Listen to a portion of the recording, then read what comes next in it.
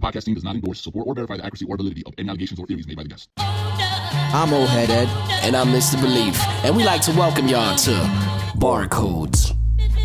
Barcodes is a podcast where we delve into the lyrics of your favorite MCs, verse by verse. Each episode, we invite an artist onto the show, Break down their own bars, and give the listeners a deeper understanding of the meaning and inspiration behind their music. from underground up-and-comers to established industry veterans. We cover it all.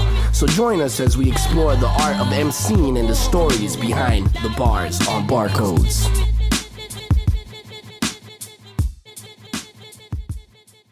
Barcodes, we back again. Yes. Give ourselves applause. So, The podcast is back. what they do? I am Old Head Ed. Mr. Beleaf on this side. And this is a podcast where we get an esteemed guest, an esteemed MC to take the time and chop it up with us. But not just any regular talk. We get into the verses, we get into the lyrics, we get into the bars, hence Barcodes.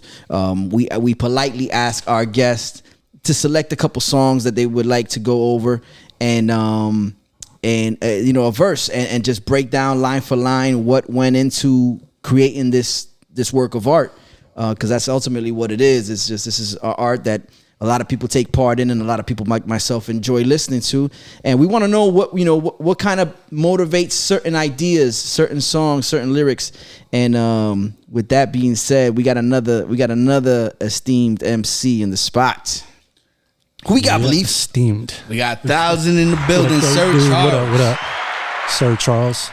Yeah, I appreciate y'all coming through to your crib. Hey, listen, the studio is always open, open to Thanks you. for having me, man. Yeah, man, fresh off the Amber EP, we got 1,000. Sir Charles in the spot, member 1/4 of What They Do. You just dropped a dope EP on Bandcamp, the Amber EP, deep and personal.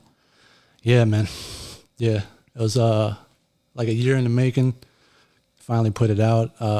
It's out there for whoever wants to listen. It's not really like an album that I put out for like to promote it like that, but it's a little personal, man, and it's I don't know. It has like sentimental attachment to it, man, so I'm very proud of the shit. But at the same time, man, it feels weird every time I promote it, bro. So it's basically a peek behind the curtain of where I've been, man. Yeah. Where I've been for like the past year and a half or so, man. It's just I went through an experience, and I'm someone that likes to talk about like what I go through rather than just like rap about like random shit. And this was something that was like very life-changing, life-altering for me. So I figured just make an album about it, man, because I had to like close that chapter. I hear you. So did that give you kind of like a therapeutic close into whatever you were experiencing? Because I know I have mentioned this in episodes before where music is essentially a therapeutic release for an artist. At least for me, it is. So I'm just want to relay if that's what it is with this more than EP. anything. That's what it is, and that's what it served as. Like it's there was a lot of growth within like making the music. Also, just learning a lot, man.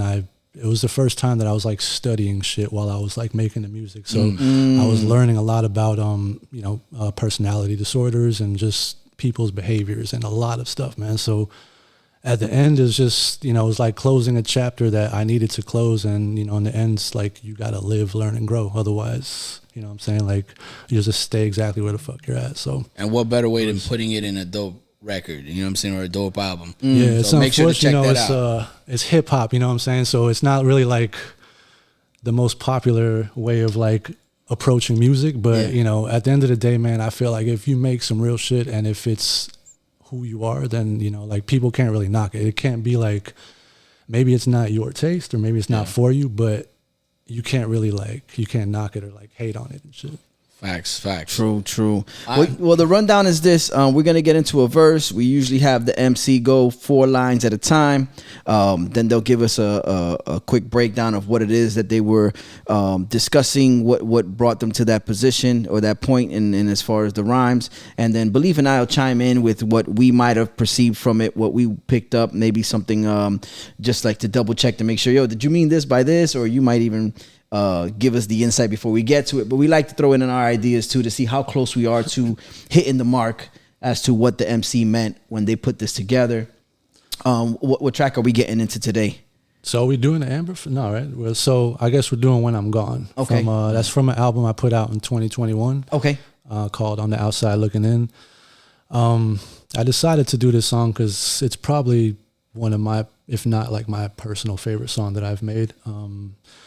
It's one of them songs. I mean, most of the shit that I make, I write it real quick because that's when you know that's coming from your soul, man. I don't like to like put too much thought into my music. So this song I wrote like probably in like 15, 20 minutes. And it has like a very like melancholy vibe to it. But it's like, I wrote it during like COVID shutdown. Okay. And although like the world was falling apart, like I had a great time during COVID. So like that's kind of like the vibe that you get from the verses in this song. Dope. When I'm Gone.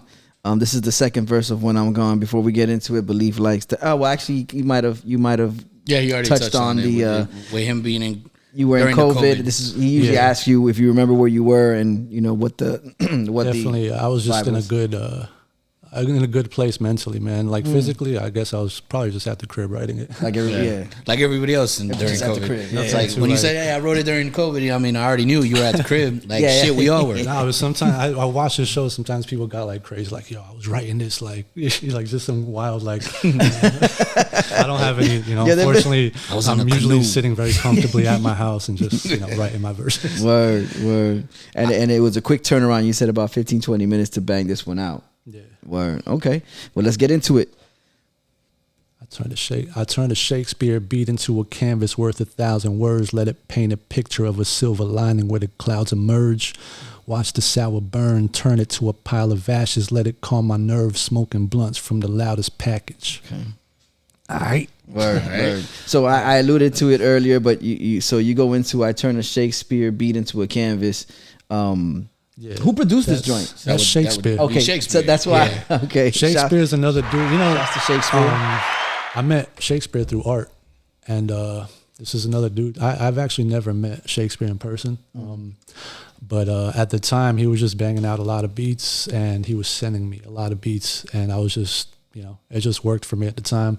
So this beat he made with the help of one of his homeboys, man. I don't even know his real name. I just know his handle. It's like Raw B Guitar or some shit. Okay. But he's super dope with the guitar. He's a very talented artist. Yeah. So he's on the guitar, and so that's the first line is like, I turn a Shakespeare beat into a canvas worth 1,000 words. It's just basically saying like, a picture's worth 1,000 words. Mm-hmm. So it's like my version of saying like taking a beat, making it a canvas, and just, putting my thoughts on it. Yeah, thousands words. Like, what I'm saying? So it's a double play on your names too. Yeah. Okay. Yeah, I noticed that when I read it, I was like, wow, I like that. I like that. It's pretty dope. That's something like, I didn't think people catch that, but that's something like when I wrote it, that's what I thought. That was the intention behind that. Yeah. Word. That's because he's an MC, man. I'm telling you, man. He's on point. Don't get it twisted. This motherfucker right here catches everything, and like I'm over here like, damn, what am I? Old head Ed be catching the more like, sometimes you say something mad simple, and he'll like take it, it's like, that's it, bro. I have a particular set of skills. Damn. So, it's pretty dope. I mean, I don't know if we've discussed this before, just with any previous guests, but the fact that a producer feels comfortable enough to just send beats your way for a minute, that says something to the talent of the MC, I imagine. Yeah, I mean, I hope so. Yeah, because it's like for him to feel comfortable, like, oh yeah, you don't check this one out, one out. I think Shakespeare also like during that time, like just like a lot of people, man, they were just tapping into like their hobbies and stuff that they're not able to like spend much time on because life interferes. Yeah. So he was just like, man, he was trying to crack a lot of stuff out. Word. And man, we made some good music. I think he made 3 or 4 of the beats on this album. Okay. That's what's up. And then you get into Let It Paint a Picture. Let it paint a picture of a silver lining where the clouds emerge. So that line just kind of describes my mind state. It's just, silver lining obviously is like symbolic for like every cloud has its silver lining. Like the sunshine's about to come out. Mm-hmm. So the dark clouds that I'm talking about is the dark clouds in my life. You know what I'm saying? Like whatever's dark in my life, it's like there's a silver lining coming out right now. Yeah, you're trying to look at the positive within the cloud, within the all clouds, the like with all the fuck shit, you know what I'm saying? That's coming your way, like all the clouds merging. You want to paint the positive, which would be the silver lining. That's what I get from that. And that was with, I don't know, like, did y'all have like how was your COVID experience, man? Were y'all like, because I had like a 1.5-year vacation and I was living on the beach. I did not have that, man. Your situation was a lot better. Nah, I was considered essential. So I never stopped working. I never stopped working. Of course, everything else was like, yo, you do everything with like an uncertainty as to like, yo, what's going on right now? And how much do we do that we didn't do before? And yo, we get this mask thing. How long is it gonna last? And then there's a time when you're like, they'll figure it out within. And then you're like, shit, they ain't figuring it out. But yeah, so that's how it was. I remember thinking that exactly. Just like, yo, this has to. Like, they're gonna figure some shit out. I mean, then it's like it just gets worse and worse every day. Yeah. And I just turned off the TV, man. I was just like, yo, I remember we had to go back to work at some point. I was just like, yo, I went back to work and everything was just like. Everything was closed, so like I worked in South Beach, and South Beach was just like a war zone. You know, like everybody was outside smoking and drinking because nothing was open. And I went back to work, and I was just like, I called my manager the next day. I was just like, look, man, I'm very sorry, but it's like too dangerous right now. I don't know what people got. Like everyone's fighting and shit. I'm not going back. And then from that point on, like things just got better, man. It's kind of messed up because the world was like falling apart. Yeah, damn. Sometimes you gotta build after destroying. You know what I'm saying? No, the silver lining, bro. The silver lining. And then you get into watch the sour burn. Watch the sour burn till it turns into a pile of ashes. Let it calm my nerves. Smoking blunts from the loudest package. That's pretty. That's something else a lot of people had a time to do, and during COVID was. Yeah, but that's I have to shout out Sauskins for that, man, because Sauskins was he would come through like all the time. So yeah, man, he kept me fucking level headed at the time, bro. He's like, yo, it's that new COVID shit. Yeah, it's wild that Beleaf just said, you know, just the build and destroy thing. This line, that's what I take away from this line is that it turns, you know, the sour burns turn into a pile of ashes. Let it calm my nerves. Smoking blunts from the loudest package. It's like something no longer existing provides. See, that's what I'm talking about. He's doing it right now. We're just talking about a blunt, and he's just like, "Yo, we're destroying the blunts, and we're done." But I can see where that goes into. It's like, yo, there's nothing remains here after something doesn't remain. Like it's ended, but it provided something where you felt a calm. Yeah. And that was just man. That was me throughout that whole time. Just very like mellow and relaxed, man. Just no worries, man. Yeah. Well, except everyone having COVID. Yeah. Well, that was the one big worry, but besides that, yeah. Yeah, there's some people just fucking losing their mind inside of the crib, like Yeah, bro. The thousands there, like. How do you prevent cabin fever? Peasants. Nah, but yeah, at the same time, man. A lot of fucked up shit was happening. Like I didn't lose anybody, but I had some close friends that lost relatives and stuff like that. Yeah. So, yeah, no, it was a wild time. It was a wild time, definitely. Very introspective. I mean, for those of us who took a moment, and I imagine an artist writing or making the most of their hobby at that point in time, when that's what they have a lot of time for, you become even more introspective because that's all you have to do is just sit there with yourself. You know what I'm saying? You know, for me, it was I had just gotten all this equipment. Like the year before, but I was working so much that I never knew how to use anything. So I had like a home studio and never used it, never did nothing with it. And then of course, because COVID hit and nobody was doing anything, I just forced myself to like learn how to mix, although like I'm not the best engineer, but this album is also like, I have like 3 or 4 songs that I mixed down myself. Okay. This is one of them. I think you could tell. You giving away the secrets. I mean, I'm not an engineer. I think it sounds good, but when you show it to other people, they'll start picking apart. It's like there's a little mosquito flying in the background. That you know what I'm saying? There's some engineers out there. We had George Spitz. Yeah, we had George Spitz out here. Shout out to George, man. I remember we had him out here. No, he's a scientist. And he was like, before we started, he's like, there's a humming. There's a humming. There's a humming. Hold on. He started fucking with the chords. It was funny. And it's funny because none of us picked up on it. We were like, wait, what? And I was struggling to hear this hum. And I was like, what buzzing are you hearing? And crazy enough is maybe about a month or two down the line, one of the XLR cables took a shit. And I was like, oh, that's probably what it was. That's what it was. It had to be. Fucking George Spitz. Before we move on, just quick. He was my neighbor when I lived in Kendall on 88th and 117th.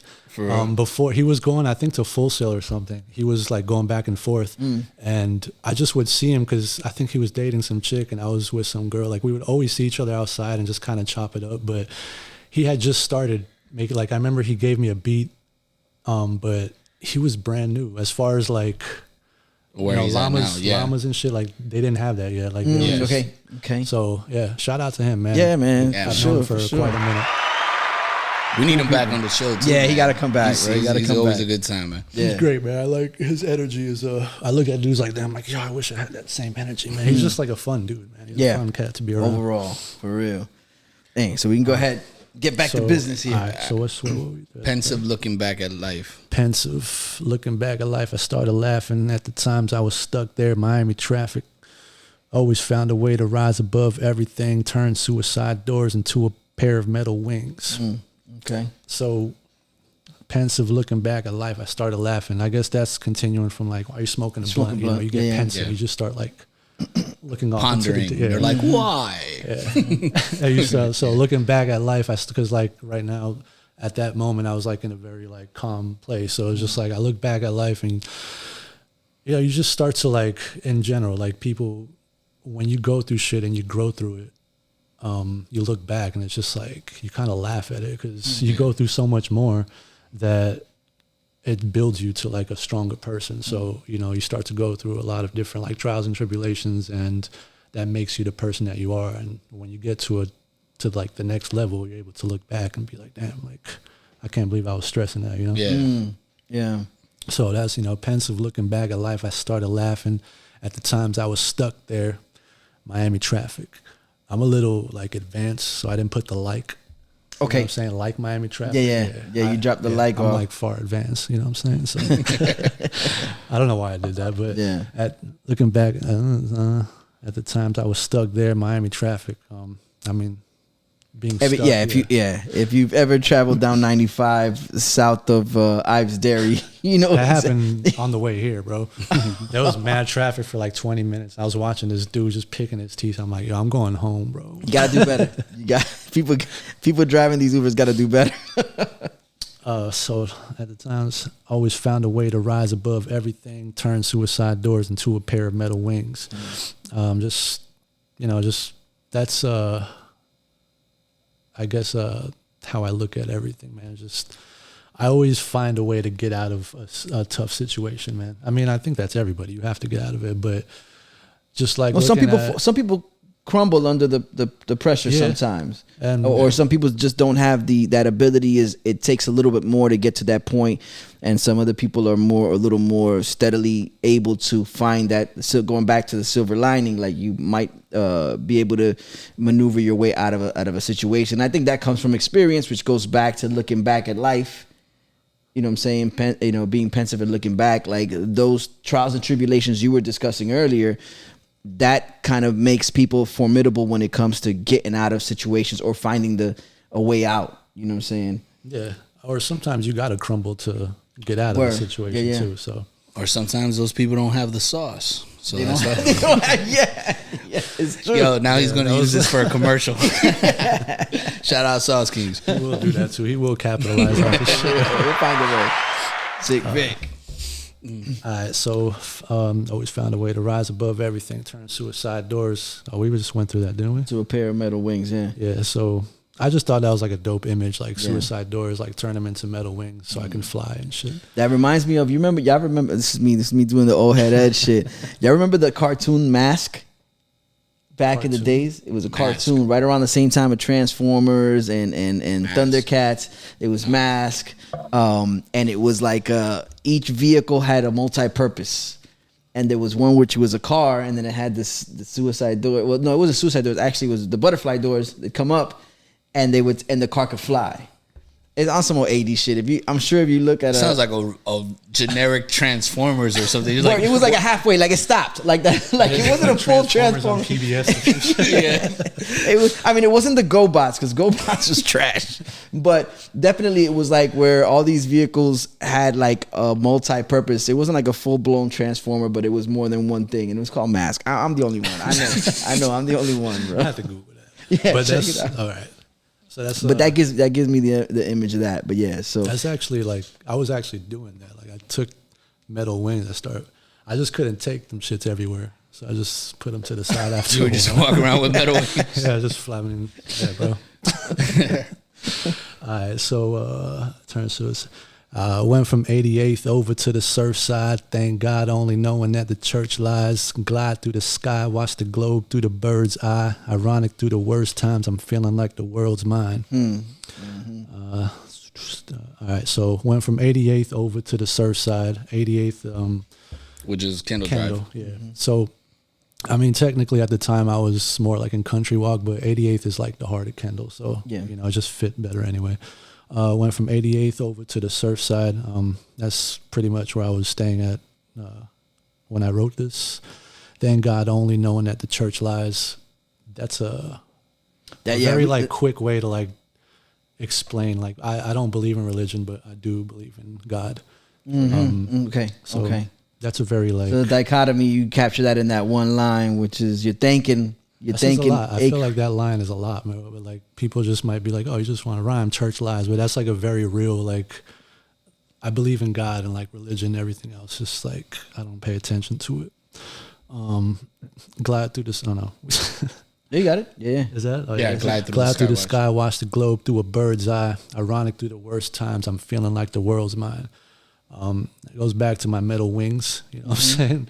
Just flying through the sky, watch the globe through the bird's eye. That's also like a description of the name of the album called On the Outside Looking In. Okay. That's kind of why I named the album that, because it should be like on the inside looking out, because it was more like observations while I was in the crib and just like, looking at things around me. But that's where that came from. Ironic through the worst times, I'm feeling like the world's mine. Just talking about COVID, how everything is like in shambles and shit, and I'm here just like enjoying life. Yeah. It's bugged because also it's at the same time you're thinking, you know, I'm feeling like the world's mine, but the condition that the world was in, it's kind of like, I already want it. I don't want this. I don't want this, but now it's mine. But like, if you ever walked out or like during that time in COVID where you decided like to just get in the car, drive or whatever. Oh, yeah. It felt like it was so empty that you kind of felt like the world was yours. Like nobody was around. Yeah, this is true. This is true. Man, I remember that was pretty dope. That's the very beginning of COVID was very like everything was like empty. Like it was, man. Yeah. I just thought it was so strange that everybody just freaking like obeyed, like okay, I'm just gonna stay home, like, and it was just like from one day to the next, everybody stay home. Yeah, we have to. Yeah, it was just kind of weird. Like nobody knew what was. Yeah. I remember, I would go to like the supermarket and I would like wipe all my stuff down, take my shoes off, and like because you didn't know what we were dealing with. Yeah, man. Yeah, it's true, and I also found myself in a place where it's like, you know, everybody's following these rules. But you know, go over to a friend's house and whatever, invade somebody else's bubble apparently, and they'll be like, hey, isn't there a curfew tonight? And I was like, I don't know, am I supposed to be home now? Like, all right, fine, I'll leave. You know, and they'll be like, yo, be careful because there's a curfew going on. And I was like, huh? I guess okay. Yeah, it was. But, it was wild. Odd times, yo. Yeah. Very odd times, yo. Yeah, the time then, where like simultaneously, what was V for Vendetta just all of a sudden just playing on Netflix. Like and yo, it's just a very that very movie is very like, close correlation too. You know what I'm saying? Like the movie starts out like with Natalie Portman, like England, like wherever they're at, it gets shut down, and then she's just out in the street, and then I think like the police officers come and like get her and just like, oh, what are you doing out past 8? Like, I mean, watch the movie. You'll see the correlation. A lot of it. All right, so you said you should be proud of my work, Slime. Yeah. Completely forced rhyme right there. Just one of those. I don't say slime. I just like, you should be proud of. I might have been watching Drink Champs at the time or some shit. But yeah, you should be proud of my work, Slime. So I guess like at the time I was probably thinking like, what else can I put there that's not slime? It's like, yo, I'm getting lazy. I don't want to stop. I don't want to like stop and like think about this. So you should be proud of my work, slime. I'm not famous, but every written verse fire. I know it probably sounds like. I know it probably sounds like just another song, but I promise that you understand me when I'm gone. Okay. So I know it probably sounds like, yeah. So, I mean, pretty much that's my message in music overall for everything. It's just like when, you know, I'm sure you get a lot of like questions of like people that don't know about music and shit. They always ask you, oh, why haven't you done this? Or how come you don't do something with Pitbull? Or like they just ask you really stupid questions. Yeah. And for me, it's just like music for me, man, is like that's how you immortalize yourself. You know what I'm saying? Like that's how you're here forever. Like 100 years from now, they could play this song and talk about it. You know what I'm saying? Like when we're gone, you don't have nothing else. You can't take anything with you, man. So music, that's the reason why like shit is like important to me, man. It has nothing to do with anything else about like monetary or nothing, man. But it's just like a track record of your thoughts. Just while the to time say, you're like, here. shout out to Art. I was here, you know what I'm saying? Like, none of us, It's up there. like, that's what we're here for, you know what I'm saying? Like, artists are here to, like, put their stamp on the world, man, because you don't have nothing to leave behind, man. Yeah. I'm not famous, but every written verse fire. Right away, I think of how many people sacrifice their art just for that fame, where they don't put they don't make it their best. It's not their shining moment. I think that a lot of times people who find themselves in that limelight where they're world renowned or whatnot, they do loosen their grasp on the quality of craftsmanship that goes into putting a verse together. Not to say that they're not capable of it, but they don't receive that shine by virtue of them flexing the lyrical skill. There's one particular line. After you said that, there's one particular line that I thought of when you said that, and it's one of the biggest rappers that said it. He's like, I dumbed down my lyrics and it doubled my dollars or whatever. Yeah, exactly. But like it's I don't know. It's a shame, but you know, it is what it is. It's the way the game. That's I mean, a lot of the people that we listen to. There's like a niche for shit that we listen to, you know what I'm saying? Like underground hip hop, like there's always going to be like that hardcore fan, but if you really want to like appeal to the masses, like that's why I love people like Jay-Z or even like, I guess on an underground scale, like someone like, I don't know, Atmosphere. Okay. You know, like very simple lyrics that everybody can relate. Yo, I went to an Atmosphere show in 2011. His fan base is nothing but like emo, like little like emo girls, like cute ass, you know what I'm saying? Like I would rather have that fan base than just like a bunch of disgruntled ass MCs like judging my lyrics. It's like, man, that bar, he didn't deliver that shit right. You know, like I'd rather have some chicks there, man. So like, yeah, I think dumbing it down is definitely, but some people can't, you know, some people are just some too people smart just for their own goods. They just have to. I mean, yeah, it's a gift and a curse. Another shout out to Jay. You know what I'm saying? Word. And then you got the last two lines. I know it probably sounds like just another song, but I promise you that you understand me when I'm gone. Going back to the comment you made about the music kind of immortalizes us, recordings immortalize us, and it is very true, man. It's right away I think of those moments where I've had the it's a fortune and a misfortune that I've sat down with people on Brews Beats and Eats, and they're no longer here with us. And so for people that I meet after that are kind of mutual friends, or I find out we're connected to these people, it's always like their feeling, their mentality is like, bro, we have that to listen to. You know what I'm saying? Like we have that. We could always hear them. Yeah. And that's just conversation of people who from different walks of life. What y'all do is a lot more in depth. You know what I'm saying? And it's more in depth. And that's why I think that there's always such a power in being vulnerable, or the vulnerability is because not only is that, you know, you live forever through it, but people get a better sense of who you are even after. And also, like, when people relate to you, man, like, you might say some shit that people don't have the balls to say, or they just, you know what I'm saying? Like, that's when you get those hardcore fans. They're just like, you know, like, that's because everyone's human, man. Like, you're going to say something that, like, someone's going to relate to the Amber EP. You know what I'm saying? Like, maybe not, like, everybody, but someone's going to hear and be like, damn, like, I know exactly what he's talking about. Other people going to be like, damn, you sound hurt. But it's like, that's not what it is, man. But everybody can, you know, we're all human. We all have, like, emotions, you know. People have different... and we find ourselves in often in the same situations, maybe not the same level, but it's enough where you can relate. Yeah. Facts. Sure. Dope. Yep. Yo, 1,000. Yeah. The Amber EP, let them know where they can find you. Yeah, let them know where they can keep up with you. So, I'm horrible at this. Let me see if I can. Instagram at SirCharles_whattheydo. My album, Amber EP, is on Sir Charles, under Sir Charles on Spotify, everything. I don't know why, but right now, all my other music is under Sir Charles, aka 1,000. There was like a little confusion when I put out Amber EP. But yeah, man, you could just Google Sir Charles 1,000. Something will pop up. The best thing you can do is go over to Bandcamp, Sir Charles, Amber EP. It'll pop up while you there. Name your price. Throw some money the way of the artist. I forget about Bandcamp, man. I'm trying to like get back into, because Bandcamp is like, I feel like that's like the trend now. Everyone's like, yo, before we put the album out, you know, support directly, because Spotify give you like a penny like every year and shit. Yes, yeah.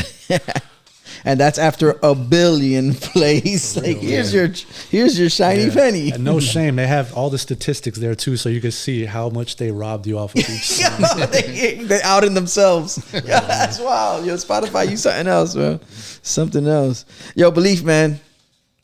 Another one. Indeed. Every Tuesday, Barcodes. We back at it. Rate, comment, share, like, subscribe, follow. Let me rewind that. Maybe not every Tuesday. Every Tuesday. You know what I'm saying? Sometimes we do a little break here and there, but the truth is, when we drop, you will know about it. And make sure to subscribe, comment, do all that stuff. You know, that stuff that gets us points and shit. Barcodes _podcast, right? That's the joint on IG too, right? I think is it underscore? Barcodes _ podcast. Yes. You can see us in Spotify. You can see us on YouTube. The whole nine, and you know, you could look at the merch. Check out the merch too. Yes, it's right there on the Instagram page. For real. And if you don't feel like you really need to be looking at us, I mean, Spotify got us too. You know what I'm saying? If you just feel more comfortable in your commute back and forth from work, long road trips, bother your family, we just throw it on Spotify. Drive everybody else in the car nuts, man. Get into this hip hop music, yo. Either way that you find yourself here or you consume it, man, we're thanking y'all for doing that. Yeah, we'll see y'all next Tuesday. Peace out.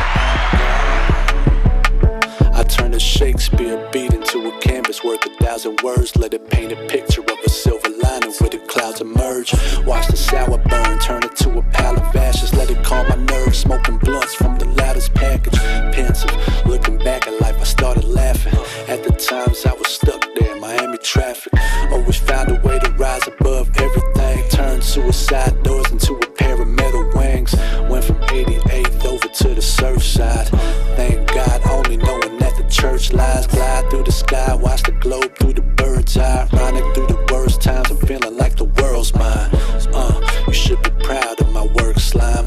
I'm not famous, but every written verse fire. It probably sounds like just another song, but I promise that you understand.